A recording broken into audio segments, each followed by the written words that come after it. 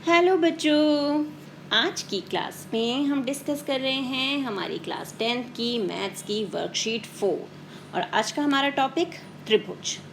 तो त्रिभुज में हमने क्लास 9th में ऑलरेडी सर्वांग समता के कई नियम पढ़े थे, उन्हीं को आज हम रिवाइज करते हैं जो हम 9th में सीख चुके हैं। तो सर्वांग समता का मतलब होता है सर्व अंग समान, इन 3 शब्दों से मिलकर बना है। तो त्रिभुज के 3 अंग कौन कौन से हैं? हमारे त्रिभुज के अंग देखें तो त्रिभुज के अंग जो हैं वो उसके कोण और उसकी भुजाएं। अगर इनमें समता हो तो हमारे त्रिभुज, अगर 2 त्रिभुजों में ये समानता हो, इन अंगों में किसी में समानता हो तो वो त्रिभुज सर्वांग सम हो जाते हैं। तो उसी के कुछ नियम हैं, जैसे SAS सर्वांग समता। SAS सर्वांग समता का मतलब क्या है कि 2 त्रिभुजों में 2 संगत भुजाएं और उनके बीच का संगत कोण समान हो। यानी अगर हम एक त्रिभुज ऐसे ले रहे हैं तो इनकी 2 भुजाएं अगर समान हैं तो इसके बीच का संगत कोण, ये कोण जो है, ये जब समानता होती है तो हम उसे SAS सर्वांग समता बोलते हैं। SSS सर्वांग समता यानी साइड साइड साइड, तीनों भुजा। तो अगर हमारी तीनों की तीनों भुजाएं समान हैं यानी बराबर हैं तो वो SSS सर्वांग समता नियम होता है। फिर आ जाता है A सर्वांग समता यानी एंगल साइड एंगल, कोण भुजा कोण सर्वांग समता। यहाँ पर अगर हमारे 2 कोण समान हैं, बराबर हैं 2 त्रिभुजों में, तो उनके बीच की भुजा हम यहाँ पर देखते हैं कि वो भी बराबर है, तो हमारे दोनों त्रिभुज सर्वांग सम हो जाते हैं।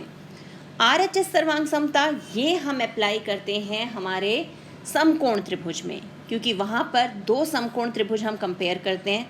अगर वहाँ पर कर्ण यानी हाइपोटेनस जो है वो और कोई एक संगत भुजा जो है वो समान होती है तो वहाँ पर RHS सर्वांग समता आ जाती है। R फॉर राइट एंगल समकोण, H कर्ण और S हो गया हमारी भुजा। तो ये हमारे सर्वांग समता के नियम हैं। अब आ जाते हैं हमारी मध्य बिंदु प्रमेय पे, ये जो हमने 9th में किया था। त्रिभुज ABC में E और F भुजाओं AB और AC के मध्य बिंदु है, यानी ये हो गया हमारा AB का मध्य बिंदु और F हो गया AC का मध्य बिंदु। अगर इन मध्य बिंदुओं को मिलाते हुए हम एक रेखाखंड खींचते हैं EF, तो हमारे पास EF जो है वो BC के समांतर आ जाएगा, पैरेलल। यानी हमने पैरेलल लाइन नहीं ड्रॉ की, हमने सिर्फ मध्य बिंदुओं को जोड़ा और हमारे पास वो अपने आप समांतर यानी पैरेलल लाइन आ गई।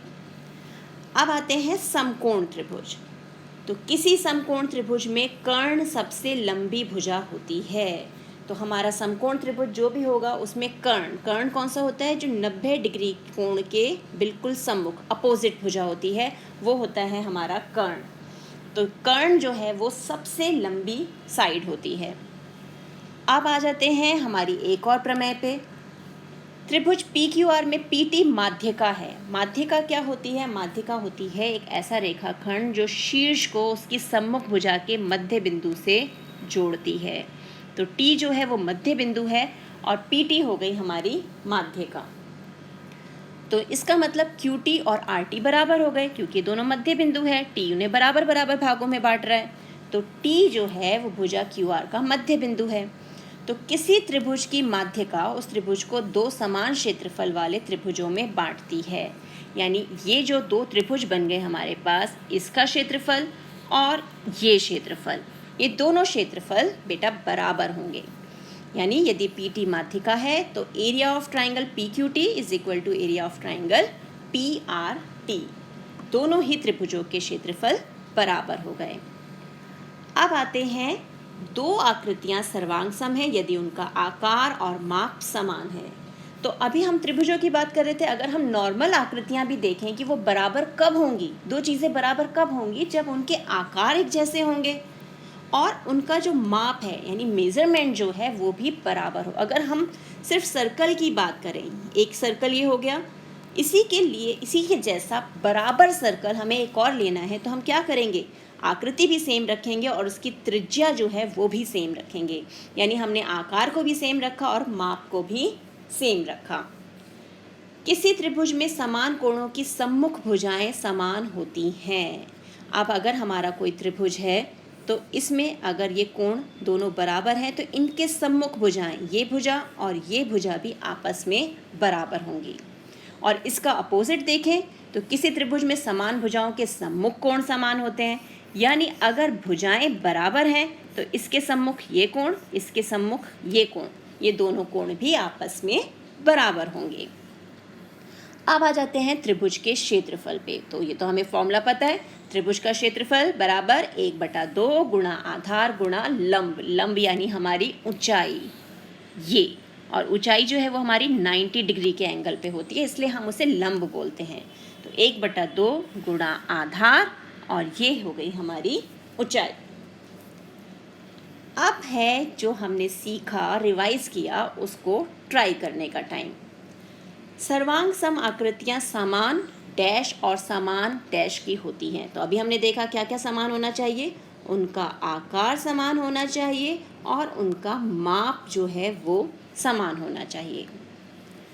दूसरा प्रश्न, समकोण त्रिभुज PQR में PQ है 3 centimetre, PR 5 centimetre, QR 4 centimetre. तो दर्शाइए PQ² जमा QR² बराबर है PR² के। तो अब सबसे पहले हम ले लेते हैं लेफ्ट हैंड साइड, यानी हमारा PQ² प्लस QR²। तो PQ की क्या वैल्यू हमें दी हुई है, PQ दिया हुआ है 3 यानी 3 का वर्ग, जमा QR वो हमें दिया हुआ है 4 यानी 4 का वर्ग, 4² हो गया, ये 9 और ये हो गया 16, आंसर आ गया 25। अब हम राइट हैंड साइड पर आ जाते हैं। राइट हैंड साइड पे हमारे पास क्या है, PR²। तो PR हमें ऑलरेडी कितना दिया हुआ है 5, 5 का स्क्वायर लेंगे तो वो भी आ गया हमारे पास 25। तो यही हमें सिद्ध करना था। तो यहाँ आ गया हमारा कि लेफ्ट हैंड साइड जो है वो राइट हैंड साइड के बराबर आ गई, बायां पक्ष दाएं पक्ष के बराबर है। तो ये हो गया हमारा सिद्ध। नेक्स्ट क्वेश्चन है, दी गई आकृति में EXY का मध्य बिंदु है और EF जो है समांतर है YZ के। तो E जो है वो हमारा XY का यानी इसके मध्य बिंदु है, और X जो हमारा EF है ये पूरा का पूरा YZ के समांतर है। XZ यानी इस पूरी भुजा की वैल्यू जो है वो हमें दे रखी है 7 सेंटीमीटर। XF यानी इस रेखाखंड का हमें मान याद करना है। तो अब यहाँ पर हमें E मध्य बिंदु दिया है और EF दिया है कि वो YZ के समांतर है। तो YZ के समांतर है तो इसका मतलब F जो है वो भी हमारा मध्य बिंदु हो गया। तो हम लिखेंगे कि EF जो है वो समांतर दिया हुआ है YZ के, और क्योंकि E जो है वो मध्य बिंदु है तो हमारा F जो है वो भी मध्य बिंदु हो जाएगा।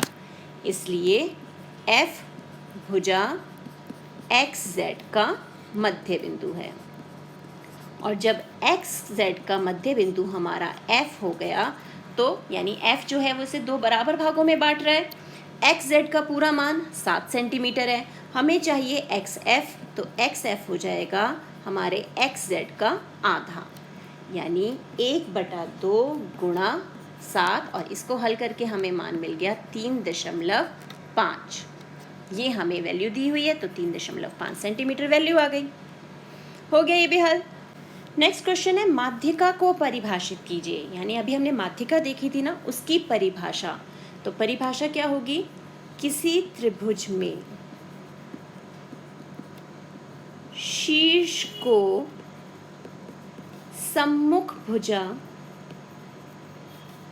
के मध्य बिंदु, क्योंकि हमने मध्य बिंदु से जोड़ा था ना उसे, तो मध्य बिंदु से जोड़ने वाले रेखाखंड को माध्यिका कहते हैं। रेखाखंड को माध्यिका कहते हैं, और इसे और क्लियर करने के लिए हम फिगर भी ड्रॉ कर सकते हैं।